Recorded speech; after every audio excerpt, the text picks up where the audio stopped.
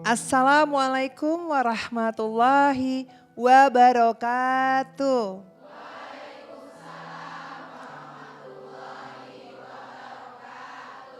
Selamat datang dalam program Kajian Hati bersama Ustadz Hilman Fauzi dan saya Fairuz Arafik yang akan menemani pemirsa yang ada di rumah dan juga para jamaah yang ada di Masjid As-Sofia Bogor. Tema kita kali ini tersenyum dalam luka, belajar ridho tanpa tanya. Masya Allah banget. Boleh silakan Ustadz. Bismillahirrahmanirrahim. Assalamualaikum warahmatullahi wabarakatuh.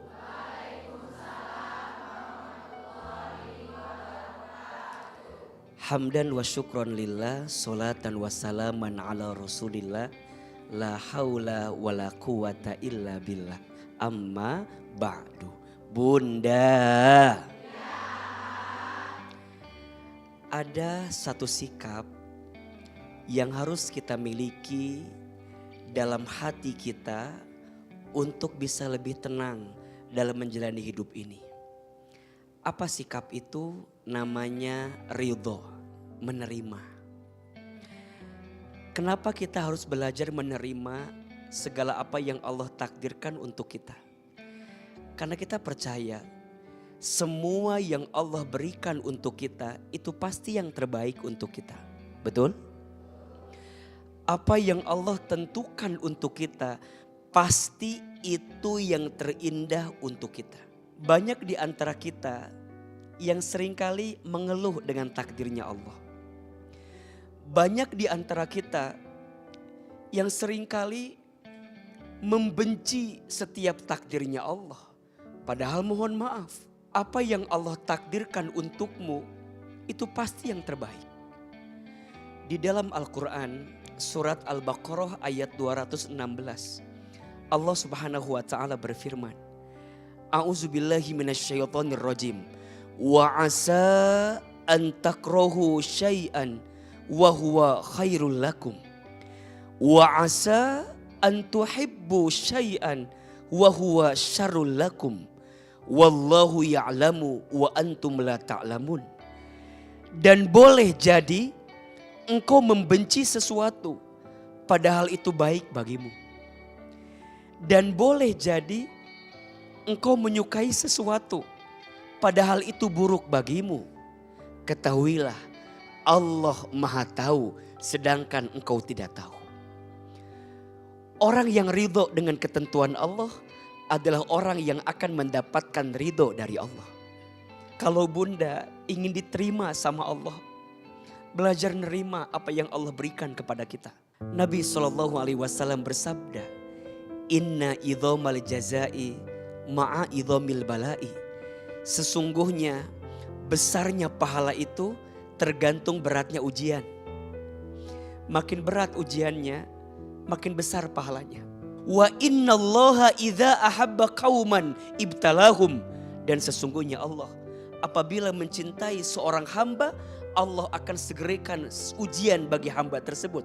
Jadi Allah kasih sesuatu yang mungkin gak sesuai maunya hamba itu. Apa sikapnya? Faman rodiya falahur ridho, waman sakhito falahus sukhtu. Barang siapa yang ridho dengan ketentuan Allah, maka Allah ridho kepadanya. Dan barang siapa yang benci dengan ketentuan Allah, maka Allah benci kepadanya. Jangan pernah menghina keadaan. Karena malam pun tidak pernah menghina takdirnya menjadi gelap. Betul? Ketika malam terima dia gelap, Allah datangkan bulan dan bintang yang bisa menerangi kegelapan itu. Kadang kegagalanmu adalah cara Allah menyelamatkanmu dari sesuatu yang tidak baik untukmu. Belajar ridho dengan ketentuan Allah. Kajian hati, tenangkan hatimu. Bunda, ada yang mau nanya nih, bintang tamu kita ada Kak Ririn ya, konten kreator nih. Silakan. Ada di depan kita nih Ustadz. Assalamualaikum warahmatullahi wabarakatuh, Pak Ustadz, Waalaikumsalam. Teteh. Nama saya Ririn. 5 tahun lalu saya pernah menikah dengan seorang lelaki yang saya kenal cukup singkat. Kita bahkan tidak pacaran, mungkin hanya 3 bulan saja. saya dekat dengan beliau, tapi dia memutuskan untuk mengajak saya untuk menikah saja biar tidak berlama-lama berpacaran. Banyak sekali yang bilang ke saya, ini terlalu nekat karena kok cepat banget gitu ya, baru 3 bulan belum kenal, belum tahu sifat masing-masing. Tapi saya saat itu percaya diri, saya niatkan dalam hati, bismillahirrahmanirrahim, insya Allah ini jalannya, kalau niat baik pasti ada aja jalannya. Karena saya ingin menjadi seorang istri saat itu, ingin menjadi seorang ibu juga. Niat saya menikah itu saya pikir akan rumah tangga saya itu baik. Ternyata berbanding terbalik ya, apa yang saya inginkan, apa yang saya harapkan. Bahkan 2 bulan di awal pernikahan aja saya nggak disentuh sama sekali. September 2019 kita menikah. Di awal pernikahan bahkan beberapa hari setelah akad nikah itu saya bertanya kepada beliau, kenapa tidak mau tidur di atas samping saya gitu kan. Beliau cuma jawab, aku belum terbiasa ada perempuan, dia bilang begitu. Sampai saya sabar. Di Desember saya memohon, bahkan saya mengemis ke dia agar saya disentuh, bukan saya ingin, tapi 3 bulan pernikahan juga sudah banyak sekali ujian yang saya hadapi. Kenapa saya meminta kepada dia mengemis agar saya bisa hamil, bisa punya anak, biar ada temannya. Tuhan baik saat itu ya, saya rasa. Desember saya cuman sekali. Dan di Januari, Masya Allah saya dikasih rezeki, saya hamil. Anak saya 1, usia 5 tahun. Di 2 bulan kehamilan saya juga, untuk pertama kalinya beliau mengucapkan dari mulutnya, lebih baik adopsi anak saja daripada melihat saya hamil, karena melihat saya mual muntah. 9 bulan saya mengandung, sekalipun saya tidak pernah ditemenin ngecek kandungan, saya selalu sendiri. Selama 9 bulan juga saya mengandung, sudah banyak sekali perselingkuhan yang terjadi. Saya berdoa, saya pikir dengan anak saya lahir, semua tuh dia bisa berubah. Ternyata 2 tahun pernikahan itu malah makin gak ada baiknya gitu kan. 5 bulan anak saya lahir, dia pulang-pulang, dia selalu pulang subuh ke klub-klub dunia malam hingga membayar perempuan-perempuan di dalam sana.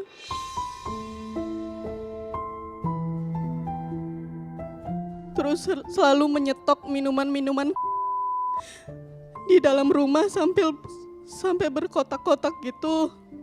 Saya cuma bisa ngadu ke ibu mertua, tapi respon mereka juga tidak baik. Saya selalu difitnah sama ibu mertua selama di rumah, dan anaknya juga selalu tidak pernah mau mendengarkan penjelasan saya gitu kan. Sampai akhirnya kita berpisah karena beliau berselingkuh dengan perempuan berstatus istri orang.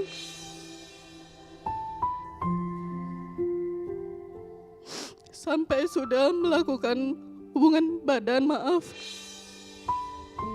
Saya melihat semuanya, video-video mereka, isi chat mereka.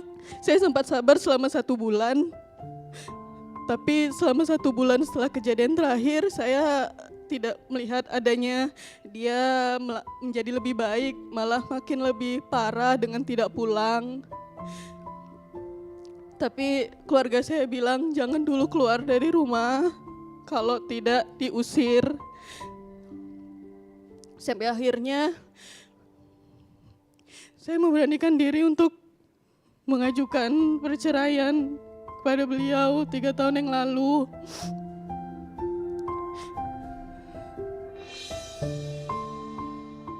Saya ingin bertanya kepada Pak Ustadz, kepada Teteh, dosa apa gitu yang udah saya lakuin sama pernikahan sampai saya dikasih ujian yang sangat menurut saya tuh ini saya nggak tahu lagi harus bilangnya gimana. Ini menurut saya sakit. Saya belum sampai sekarang pun demi Allah saya belum ikhlas. Udah 3 tahun juga saya seperti ini, saya berpisah, saya belum ikhlas, bahkan saya belum bisa memaafkan mereka. Tapi saya juga tidak ingin menjadi ibu yang jahat kepada anak saya dengan tidak memberi akses ke ayahnya, karena mau gimana pun itu ayahnya. Tapi saya nggak bisa maafin mereka itu, gimana saya dendam. Dibilang dendam itu tidak boleh ya dalam Islam ya, tapi demi Allah saya sakit sekali. Saya masih belum bisa memaafkan mereka, Pak Ustadz. Itu gimana? Apa yang harus saya lakuin? Terima kasih. Assalamualaikum warahmatullahi wabarakatuh. Ada 3 hal yang mungkin ingin Ahilman kasih pandangan dari kisah yang Karirin sampaikan kepada kami. Yang pertama tentang hubungan yang singkat sebelum kita masuk ke jenjang pernikahan. Setiap manusia itu diberikan satu rasa oleh Allah, namanya cinta. Namanya apa? Cinta. Cinta itu rasa yang mulia yang menjadikan manusia yang memilikinya menjadi pribadi yang makin mulia. Bagaimana cara memuliakan cinta? Maka nikah adalah jawabannya. Maka dalam Islam, mohon maaf ya, tidak diperkenankan, mohon maaf, pacaran. Tidak diperkenankan semua sikap-sikap, peluang-peluang yang mengantarkan kita pada perbuatan yang tidak baik yang bernama dengan zina. Maka bagaimana cara menutupnya? Bagaimana cara menjaganya? Pernikahan adalah jawabannya. Tapi menikah itu butuh persiapan. Menikah itu butuh bekal. Menikah itu butuh jalan kebaikan yang ketika kita hadirkan, jangan istilahnya membeli kucing dalam karung. Pernikahan itu, rumah tangga itu bahtera yang sangat besar yang harus kita lewati dengan segala kebaikan. Maka baginda Nabi mengajarkan kepada kita, nikahilah seseorang karena parasnya, karena hartanya, karena keturunannya, dan karena agamanya. Fadfar bidatid taribat yadak. Maka pilihlah yang paling baik agamanya, niscaya engkau akan bahagia dibuatnya. Maka apa pesan saya yang ingin saya sampaikan kepada pemirsa? Tolong dipastikan seseorang yang akan menjadi pendamping kita adalah dia yang paham agama. Maka satu, Ahilman mohon maaf, pelajaran bagi semua, jangan terlalu cepat menyimpulkan seseorang yang akan jadi pasangan kita. Yang kedua, Ahilman ingin sedikit memberikan pandangan terkait dengan hubungan suami istri. Zolim namanya kalau ada suami yang tidak mau menyentuh istrinya. Dalam sigot taklik pernikahan sering dibacakan, saya akan menggauli pasangan saya, istri saya dengan sebaik-baiknya. Dan kalau sudah dalam jangka waktu, kalau tidak salah 3 bulan, saya tidak menyentuh istri saya, sudah jatuhlah talak kepada istri saya, gitu kan? Dan Islam mengajarkan, kalaupun kau menggauli pasanganmu, wa ashiruhunna bil ma'ruf, dan gaulilah, campurilah dan sikapilah pasanganmu dengan bil ma'ruf, dengan cara yang baik. Makanya kalau kita mau berhubungan dengan pasangan kan gak main joget-joget langsung gitu ya. Enggak, ada adabnya, betul gak? Ambil air wudhu dulu, sholat 2 rakaat dulu, doa dulu. Maka pentingnya adab. Penting gak? Ilmunya penting. Ada doa dulu. Sebelum menyentuh pasangan tuh gak main langsung. Ada doa dulu, minimal bismillah. Yang ketiga, teteh, yang namanya ujian tidak mungkin Allah datangkan.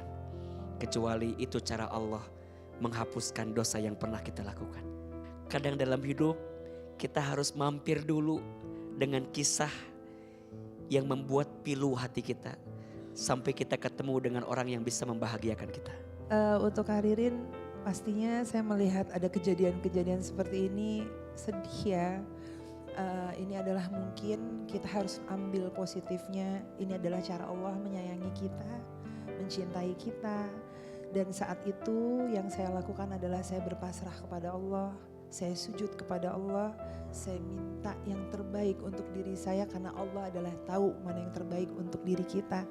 Dan alhamdulillah Allah berikan saya sekarang pasangan hidup yang Masya Allah sudah 8 tahun saya sama suami saya. Dan beliau memperlakukan saya sangat-sangat baik terhadap saya maupun anak saya Abang Fas. Semangat ya Kak Ririn, insya Allah akan ada kebahagiaan yang sama untuk Kak Ririn. 3 bulan ya, 3 bulan tuh singkat banget menurut saya. Perlakuan mereka sangat menyentuh saya yang buat saya yakin kenapa saya memilih beliau. Dan memilih keluarganya untuk menjadi keluarga saya yang lain gitu selanjutnya. September menikah, Oktober, November itu setiap saya ajak seperti itu, maaf dia jawab cuman ntar aja lah, capek gitu. Bingung kenapa seorang laki-laki tidak mau, padahal bisa dibilang sebelum kenal beliau juga saya aktif di dunia modeling, jadi saya rasa karena fisik saya rasa bukan patokan untuk dia tidak mau menyentuh saya ya. Nah 2 minggu setelah saya mengetahui saya positif itu, baru dia mulai berselingkuh dengan customer di usahanya kami. Saya mengetahui dari isi chat beliau yang memang saya tidak bisa membuka handphonenya ya karena tidak tahu sandinya, tapi saya melihat dari screen awalnya itu, handphone itu saya melihat dari situ awalnya. Oh begini ya rasanya ikut kajian, bener-bener yang saya tersentuh hati saya dikasih doa-doa yang baik, dikasih penjelasan-penjelasan yang baik oleh orang-orang luar biasa.